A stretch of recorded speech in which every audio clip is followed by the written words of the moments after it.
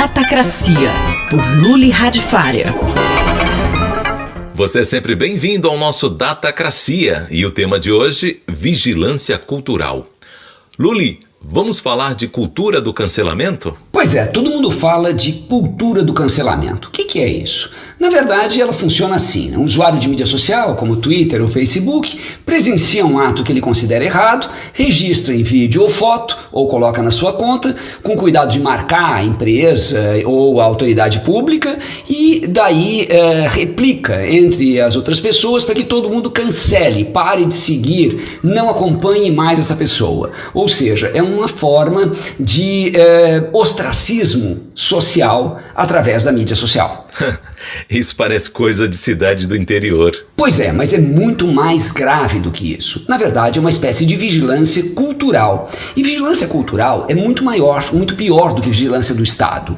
Na verdade, é muito mais característica de fanatismo, seja ele religioso ou político, como o nazismo ou a ditadura da Coreia do Norte. A hora que o seu vizinho pode te denunciar, a hora que o seu grupo pode te atacar, você fica com muito mais medo e você toma muito mais cuidado. Então é bem perigoso, não? Nem me fale, é muito perigoso. Por isso é muito importante prestar atenção e evitar a tentação. Sabe? Evite cancelar os outros, evite entrar nessa onda de sair cancelando. Por quê? Porque isso acaba prendendo a pessoa numa bolha. Uma das coisas mais ricas de qualquer ambiente social é exatamente o convívio com o diferente, o convívio com o estrangeiro, o convívio com aquele que pensa diferente de você. E outra coisa, todo mundo sabe, né? É normal pisar na bola, é normal falar alguma coisa sem pensar rapidamente. A partir do instante em que isso é transformado numa espécie de julgamento sumário, né, em que você nem julga, você já condena e executa,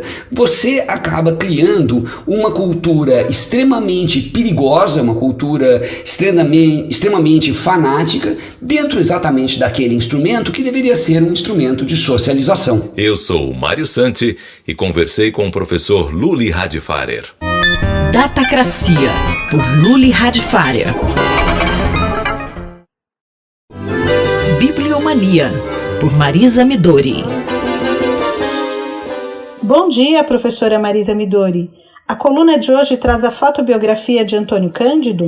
Bom dia, Cláudia. Bom dia, ouvintes da Rádio USP. Eu vou pedir licença para nossos ouvintes para apresentar o que não é exatamente um livro sobre livros ou um livro sobre leituras, mas o livro sobre a formação de um grande professor e intelectual brasileiro. Eu me refiro ao professor Antônio Cândido. A formação de Antônio Cândido, uma biografia ilustrada, acaba de ser publicado pela Ouro sobre Azul e é uma manifestação de sua filha, Ana Luísa Escorel. Digo manifestação porque se trata de fato de um gesto muito bonito de carinho e de lembrança de um pai querido, mas de um intelectual importantíssimo na nossa história. E essa manifestação, ela se faz sob a forma editorial, sob a forma de um livro que se assemelha bastante a um álbum de fotografia. E isso me fez pensar que nós estamos vivendo em um tempo muito estranho, em que as pessoas parecem mais dedicadas a discutir sobre a forma da mídia do que sobre o seu conteúdo. Quando eu tenho um livro tão bonito nas minhas mãos e com tanto a me dizer, com essas imagens, mas com textos bem recortados, eu penso que não há nada mais gostoso do que navegar pelas páginas da memória, de ir e vir no folhear das páginas, de se deleitar com imagens desse bebê lindo de perninhas grossas e joelhinho enrugado, ou a fotografia de um jovem feliz que tem na legenda a notícia de que nesta fotografia ele havia recebido o anúncio de que não havia passado no exame de admissão em medicina, e mesmo das fotografias de um professor dedicado, como nesta que vejo agora, do professor Antônio Cândido em sala de aula, com seu jaleco branco e gravata, acompanhando as alunas, porque o público é basicamente feminino, em uma sala de aula na Faculdade de Assis. Enfim, tudo isso não me faz ter dúvidas de que o livro é, de fato, um objeto privilegiado, o que torna todas essas discussões sobre se vai ser digital ou se vai ser impresso realmente secundárias diante daquilo que a professora Valnice Nogueira Galvão disse uma vez sobre a munificência dos livros. O material do livro consta no acervo de Antônio Cândido, depositado no IEB, como anunciou a imprensa há algumas semanas? Sim, segundo Ana Luísa Escorel, todo o acervo de Antônio Cândido se encontra hoje depositado no arquivo do Instituto de Estudos Brasileiros. Ela inclusive faz um agradecimento especial a Elizabeth Marim Ribas, então supervisora do arquivo do IEB. E eu diria que esse foi um passo muito importante para a história dos arquivos de escritores no Brasil. Lembro que a Fundação Casa de Rui Barbosa, no Rio de Janeiro, tem um papel inestimável para a conservação de arquivos de escritores e para a pesquisa sobre a história literária e intelectual brasileira. Como se trata de um órgão ligado ao extinto Ministério da Cultura, ela tem padecido muito na gestão atual. Também há, na Universidade Federal de Minas Gerais, um arquivo semelhante, inclusive com um espaço de visita na biblioteca, onde se pode conhecer o mobiliário e os livros dos escritores mineiros, como no caso do acervo de João Alfonsos. Isso nos faz pensar que em uma época de crise como a nossa, saber que o Instituto de Estudos Brasileiros preserva a memória de intelectuais do quilate de Antônio Cândido, Celso Furtado, Hernani Silva Bruno, Caio Prado Júnior é um grande alento, o que reforça ainda mais a importância da autonomia universitária, da qual a questão financeira é apenas a ponta do iceberg. A professora Marisa Midori conversou com Cláudia Costa. Bibliomania, por Marisa Midori.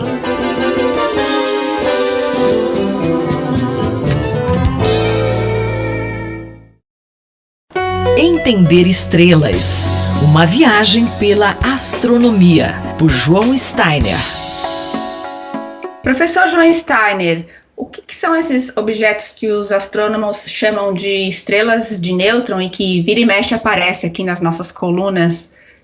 Estrelas de nêutron são estrelas completamente diferentes, completamente distintas das estrelas normais que a gente conhece, como o Sol e muitas dessas outras estrelas que a gente vê no céu, né? São objetos que, de fato, são estrelas mortas. Elas se originaram a partir da explosão de uma supernova. Uma estrela, quando explode, ao morrer, ela deixa como herança, deixa no seu núcleo, ou uma estrela de nêutrons ou um buraco negro. O que seriam, então, essas estrelas de nêutrons? São estrelas extremamente densas que se formaram a partir do núcleo da estrela que originou, mas cuja densidade é 10 trilhões de vezes a densidade da água. Isso é algo extraordinariamente elevado. A densidade média do Sol é semelhante à densidade da água. Então, uma estrela de nêutrons é 10 trilhões de vezes mais denso do que o Sol ou do que a água. Ora, nessa densidade, partículas como prótons, elétrons e, portanto, átomos, moléculas, não sobrevivem. Apenas nêutrons conseguem sobreviver pelo fato de a densidade ser tão extrema. Então, o Sol, uma estrela como o Sol, caberia dentro de um raio equivalente a uma grande cidade, né, de tão compacto que é, um raio de aproximadamente 10 quilômetros. E por ter um raio tão pequeno e uma massa tão grande, essas estrelas podem girar com velocidades, digamos, com períodos de 1 segundo, ou pode até girar 30 vezes por segundo, ou até mesmo cerca de 1000 vezes por segundo em torno do seu próprio eixo. E nessa situação, quando gira tão rápido, elas são detectadas pelos pulsos que elas emitem, e por isso são chamadas de pulsares. Tá, e inclusive colisão de estrelas de nêutron é um dos eventos que pode gerar ondas gravitacionais? Exatamente. As ondas gravitacionais detectadas até hoje se originaram ou de colisão de 2 buracos negros, ou de colisão de duas estrelas de nêutrons, ou de colisão de uma estrela de nêutrons e um buraco negro. No caso das colisões de duas estrelas de nêutrons, e nós já tivemos agora aproximadamente 4 objetos dessa natureza detectados, eles são muito interessantes porque eles emitem radiação eletromagnética que pode ser captada também pelos telescópios ópticos, pelos telescópios de raio-x e pelos telescópios de raios gama. E, portanto, pode-se estudar a localização dentro de uma galáxia, a própria galáxia, assim por diante. Quando é 2 buracos negros que colidem, a gente não consegue observar, porque essa colisão não emite ondas eletromagnéticas, né? Então, a colisão de estrelas de nêutrons são muito interessantes e, apesar de termos apenas um número muito pequeno de objetos detectados até agora, mas um número que vai crescer muito na medida em que as antenas de ondas gravitacionais adquiram melhor sensibilidade. Então é interessante a gente saber o que é estrela de nêutron, porque provavelmente a gente ainda vai falar desse assunto bastante daqui para frente. O professor João Steiner, colunista da Rádio USP, conversou comigo, Luísa Caires. Entender estrelas. Uma viagem pela astronomia, por João Steiner.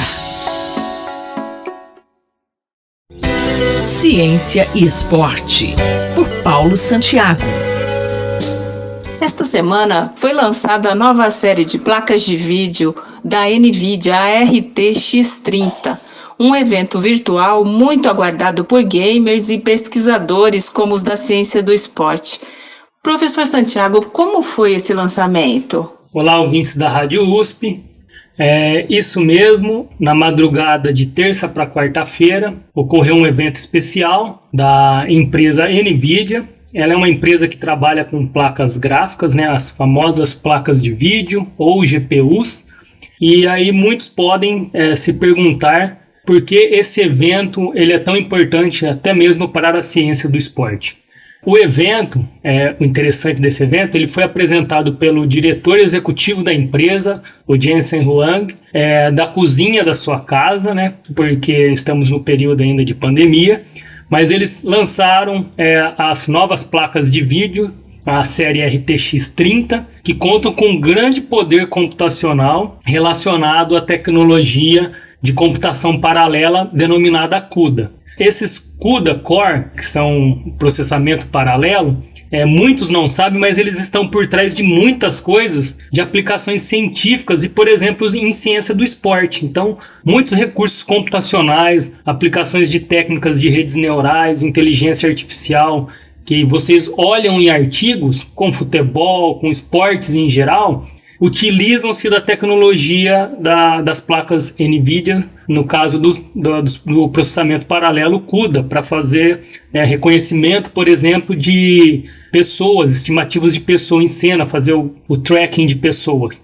Eu mesmo utilizo essas placas e o evento foi extremamente empolgante porque eles lançaram placas extremamente poderosas em comparação à série anterior, a série 20, e prometendo aí um preço igual ou abaixo da série 20. Então isso vai impulsionar muito pesquisadores, principalmente da área de ciência do esporte, que trabalham com computação, a fazer esse tipo de pesquisa que não se torna tão caro. Então uma placa dessa custa valores bem acessíveis para a população, para a ciência mais ainda. Isso daí facilita muito a aplicação científica, visto que muitos pesquisadores trabalham com 2, 3, 4 placas dessas acopladas a um computador para fazer o aprendizado de máquina e realizar suas pesquisas.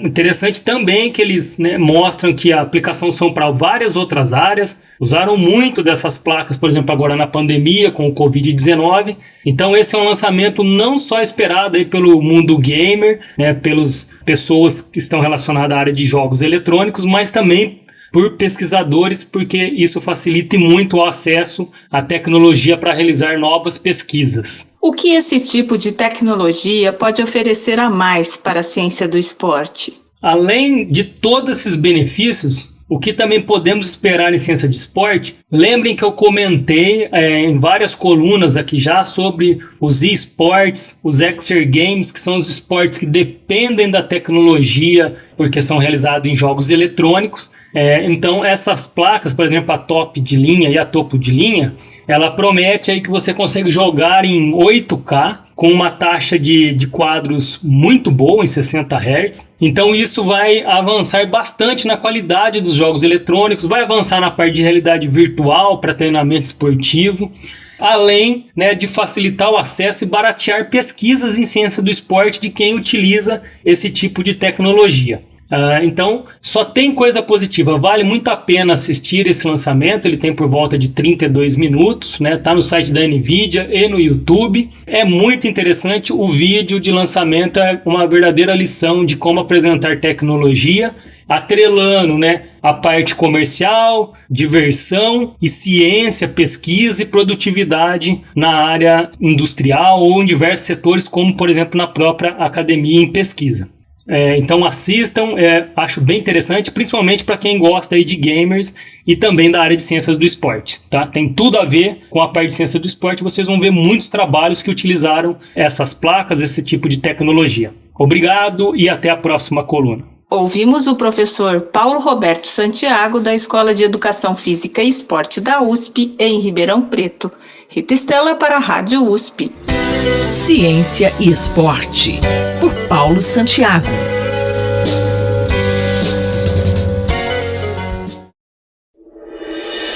Conflito e Diálogo, por Marília Fiorilo. Professora Marília Fiorilo está conosco e ela comenta que o caso Navalny coloca a Alemanha em um dilema: ou interromper o gasoduto em parceria com a Rússia, ou tornar-se refém dela. Olá, Cido, ouvinte da Rádio USP. Na semana passada, comentamos o envenenamento do oposicionista russo Alexei Navalny. Só faltava saber com o que do variado arsenal tóxico estocado pelo serviço secreto do Kremlin. Agora foi confirmado. Trata-se do Novichok, uma substância neurotóxica que atinge o sistema nervoso e interrompe as funções vitais, a mesma que foi usada contra o ex-espião Sergei Skripal e sua filha em solo britânico, em Salisbury, em 2018. Os Skripal sobreviveram, mas uma senhora que tentou socorrê-los e foi exposta ao agente químico morreu. Novichok, que significa novato em russo, é uma arma química de última geração, muito mais perigosa e difícil de rastrear que o gás sarin, por exemplo. É oficial e todos já condenaram. A União Europeia, a OTAN, a Organização para a Proibição de Armas Químicas, a chanceler Angela Merkel, o premier Boris Johnson. 20 países expulsaram mais de 100 dublês de diplomatas espiões russos. E o Kremlin, no seu cinismo quase paródico, continua a negar. A complicação extra do caso Navalny é que, dada a proporção do escândalo internacional, a União Europeia não pode mais se limitar a pronunciamentos ultrajados. A disfarçatez e o atrevimento russos atingiram um limite em que ou a Europa se curva a olhos vistos ou toma medidas concretas para deter o império putinesco. O possível sucessor de Merkel, Norbert Röttgen, declarou ontem que é preciso rever e até interromper um negócio bilionário de um gasoduto que ligaria a Rússia diretamente à Alemanha, o Nord Stream 2, da Gazprom, que tornaria os alemães praticamente reféns do bel prazer de Vladimir Vladimirovich. Disse Röntgen, abre aspas, mais uma vez somos brutalmente confrontados com a realidade do regime de Putin e o menosprezo com que ele trata as pessoas. Nós, europeus, continuaremos a não fazer nada? Se for assim, nos tornaremos irrelevantes e ninguém nos levará a sério. Interromper a construção do gasoduto seria a única medida capaz de refrear o vale tudo de extermínio seletivo e expansionismo do Kremlin. Na terça passada, porém, Merkel reiterou a intenção de completar o Nord Stream 2, apesar das críticas da oposição, principalmente do Partido Verde. Navalny continua em Berlim em coma induzido. Resta saber se os líderes europeus reagirão de fato e com atos ou vão se resignar a um coma autoinduzido em nome de interesses econômicos. Professora Marília Fiorilo volta na próxima semana. Ela esteve comigo, Cido Tavares. Conflito e Diálogo, por Marília Fiorilo.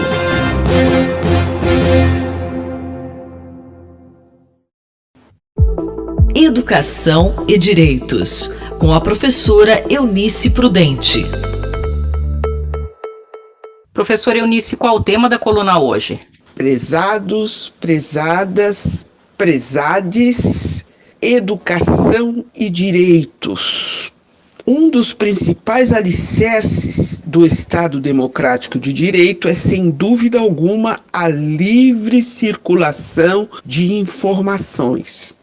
Para tanto, precisamos da imprensa livre, da proibição, como está na própria Constituição, de qualquer forma de cerceamento ou de censura. É através da política de dados abertos que nós, cidadãos, exercemos o controle social, que é nosso direito, sobre a representação política e sobre a atuação da administração pública. Por exemplo, prestação de serviços públicos à saúde, funcionamento do SUS, principalmente em tempos de pandemia. O caso, ora analisado pela imprensa, que acompanha ocorrências na cidade do Rio de Janeiro, onde jornalistas profissionais de imprensa são cerceados e atacados no exercício de sua profissão de informar cidadãos, é, sem dúvida alguma, uma forma violenta de censura, para que as pessoas não relatem suas críticas aos serviços públicos de saúde. A Constituição, de maneira muito clara, artigo 220, determina que manifestação do pensamento, criação, expressão, informação de qualquer forma, através de processo ou veículos, não sofrerão quaisquer restrições e ainda exige o respeito à privacidade e à intimidade de pessoas. Agora, atacar jornalistas, profissionais de imprensa, é crime, previsto na própria lei de imprensa, previsto no Código Penal. Professora, como fica a divulgação dessas informações a partir do cerceamento aos jornalistas? Gravíssima esta ocorrência, ou estas ocorrências, pois nem conseguimos imaginar um Estado democrático de direito sem a devida circulação de informações. Por isso, legislação específica prevê as ouvidorias e os ombudsman nas empresas e ouvidorias nas entidades públicas, assim como há uma recepção ao lado já deve estar a ouvidoria, porque quando a pessoa sair do órgão público, ela será chamada para informar como foi atendida. Qual a sua opinião sobre a qualidade do serviço público prestado?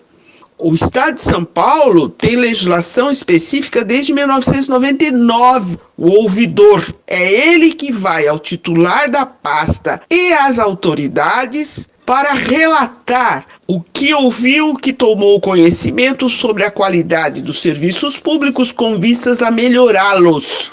Mas é dentro do estabelecimento.